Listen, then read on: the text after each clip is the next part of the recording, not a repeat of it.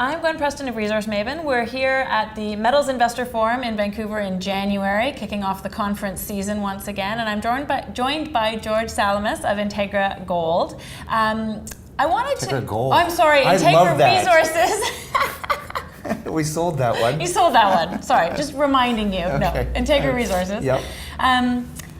There's lots we could talk about the DeLamar project, but I kind of wanted to start with more big picture stuff. Our sector's had some pretty big news over the last few months of some mega mergers, right? We've seen big companies joining forces to become even bigger. What's your take on that?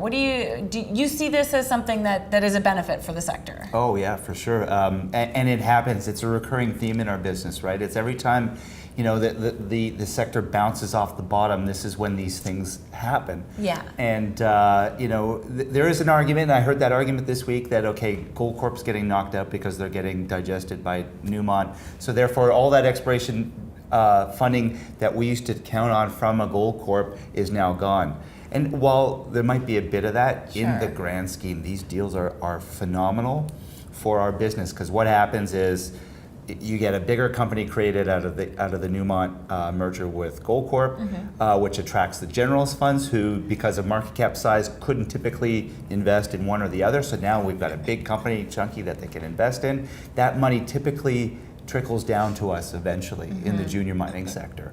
You get these companies that will start feeling better about their balance sheets, better about their share prices. They'll make more investments in us, and that's great. So that's ultimately great. The second point, I think, probably even better for us as a setup, is when you get these mega mergers, these assets fall off the table. They go through their portfolio and they say, we like that, we don't like that, we like that, we don't like that. And so the ones that they don't like, we typically buy, and we hopefully would buy them at a discount. Yeah. And the junior explorers, as you know, have a better track record of exploration than the majors do. Totally. And so we'll actually take these assets and make something of them. Yeah, for sure. So two things come to mind when you say that. First of all, I think, like you say, these are mergers. Yes, you could think of it as Gold Corp being taken out, but really these are more mergers, and they're very different than the takeouts that we saw in the last crazy gold market, where you saw big companies spending oodles of cash to buy up other producers because there was this idea that just more output is better, we need to be bigger for bigger's sake. But this isn't that's not what's driving this. First of all, these nobody's paying cash for anything. These are low to zero premium, all share deals to bring together companies that have good synergies. And the motivation isn't just to be bigger, it's to make more sense. It's to have more appeal to generalist investors, it's to have lower costs, it's to have best in sector assets consolidated under one roof. So that's correct. Yeah, I think that stuff's really interesting. Yep. In terms of assets falling off the table, though, when you say gives us an opportunity, the juniors get these assets. And DeLamar is a great example of that. And it's cool how you got it because it fell off the Kinross table on a different cycle, and now it's setting up to be in a really good position in this cycle. That's right, and I think that this cycle is we're just getting going. I think that was the kind of the topic of your conversation today, or your pitch today, to a great crowd, by the way, more people than I've seen there in a while.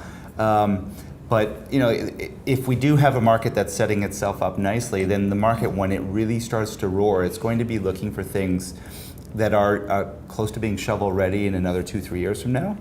And so that's what we're setting up to do with Integra and DeLamar, essentially, is de-risk the project and get it to a point where we can show the investing public that we've got a shovel ready project here. That's ready to go 3 years from now.